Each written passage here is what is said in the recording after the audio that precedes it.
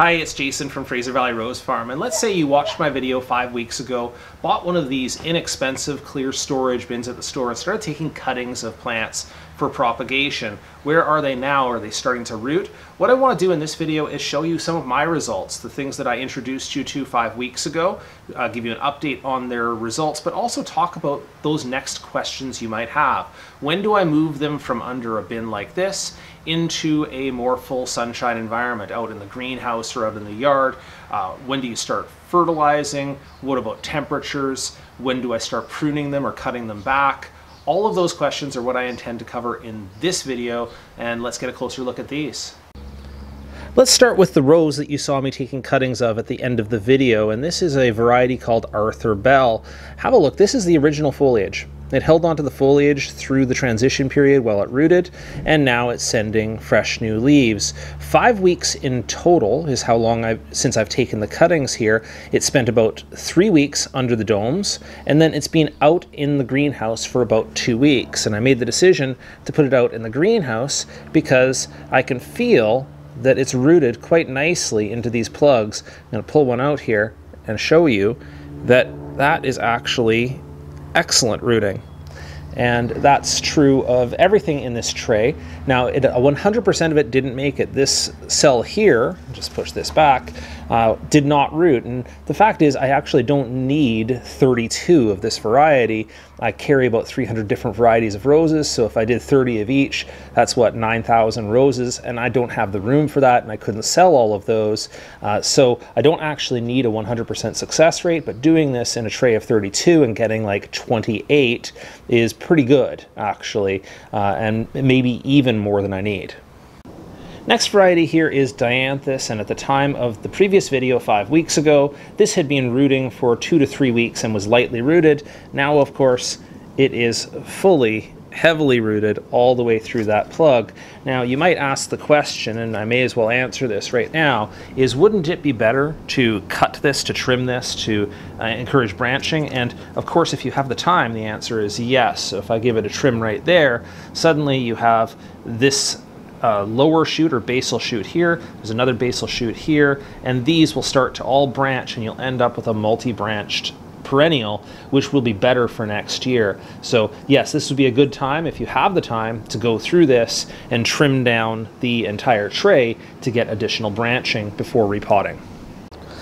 Likewise for this tray of lavender, which is again in that range of about 8 weeks since sticking, 5 weeks since you saw it lightly rooting in the last video. And once again, if you have the time to go in there and give it a trim back, you will definitely be thanked by giving it additional branching for the next potting step. And when should I pot it? Actually, right now would not be a bad time. I see good roots on there.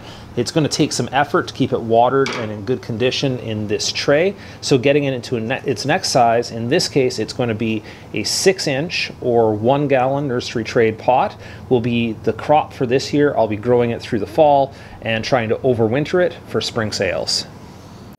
So those ones I was showing you were in the range of 5 and 8 weeks old, but let's get down to the range of more like 2 to 3 weeks when they're marginal and you could make the decision of whether to move them out to the greenhouse or not. So this one here is a variety called the Fairy, and the Fairy is easy to root.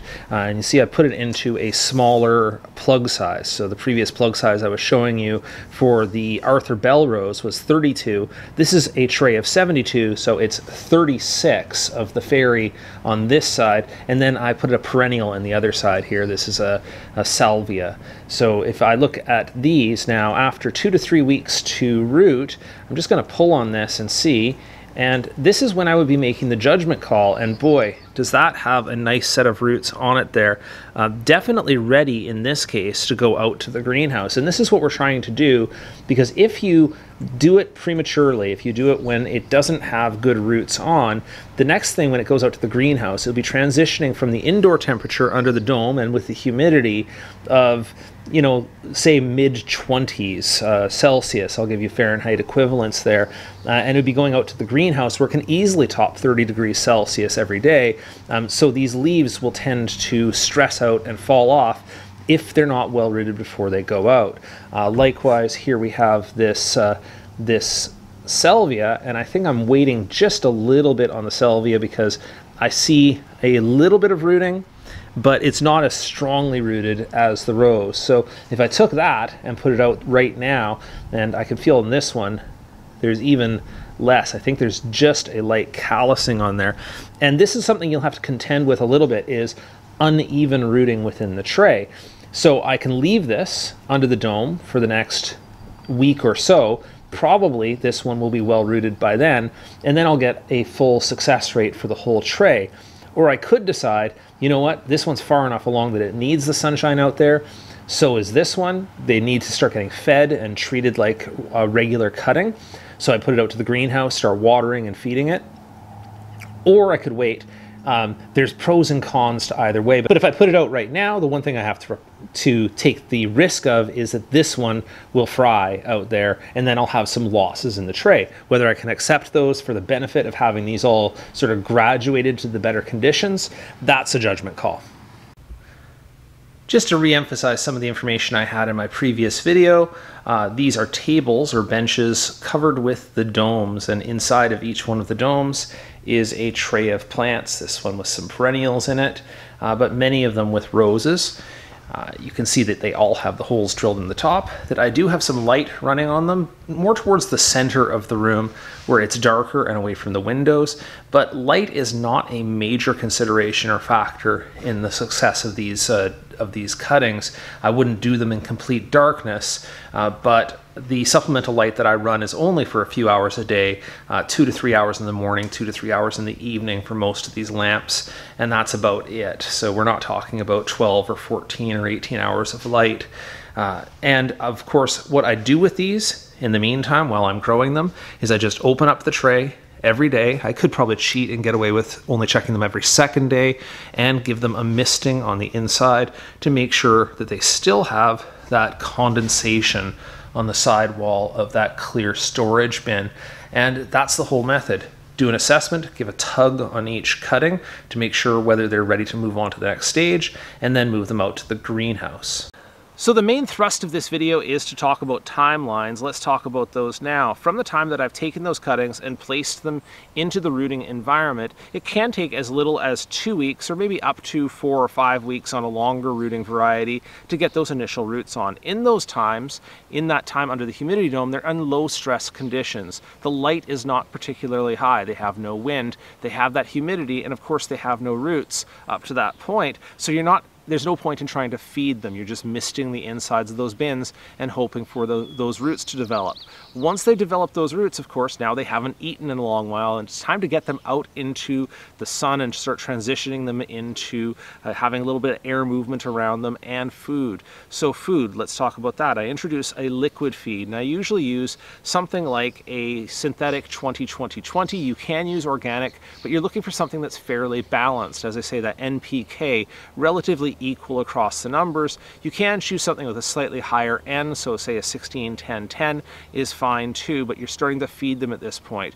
Coming out from that low stress environment, if you put them out directly into a full sun, high wind environment, they can stress out. So in my greenhouse, for instance, I have a little bit of shade on there, and it of course is sheltered from the wind, so they have a lower stress transition out into the real world, let's say.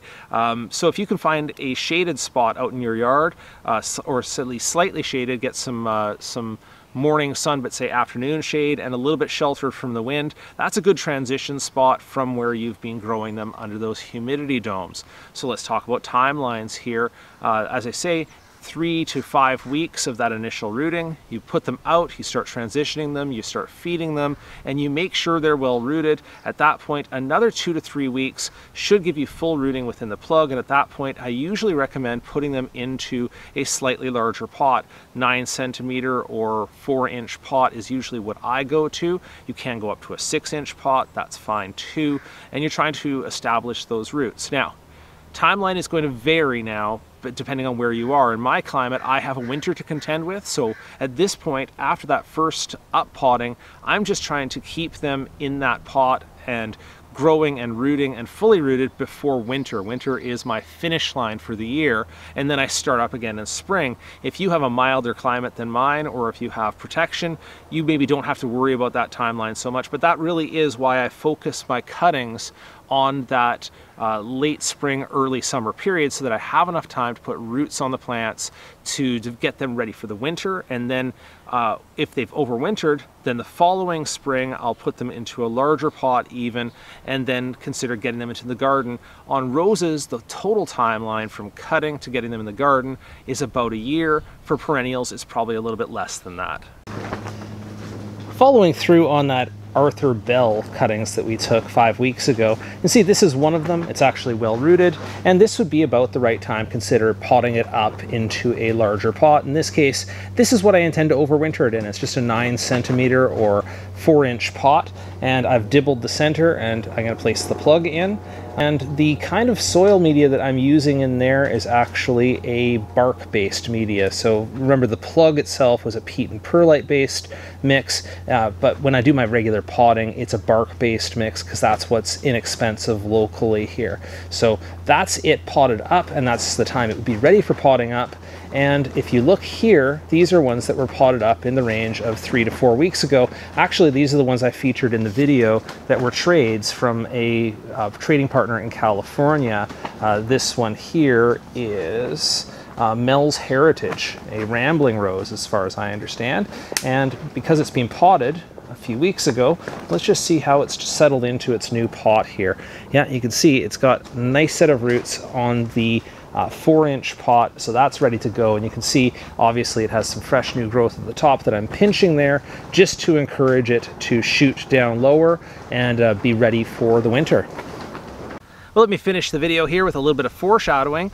Blueberries, these from my neighbor's blueberry field, but I have my own and I'm going to take some cuttings from them. I'm going to start that project today. I'm not going to reinvent the wheel. It's going to go by the same method that's worked well for me for roses and perennials under those humidity domes. So we're going to see how that works. You should expect to see some results on the channel here within the next 3 to 4 weeks. I'll take those cuttings today. In the meantime, if you have any questions about plant propagation or roses or perennials in general, go ahead and drop those into the comments below the video and I'll see what I can do to help.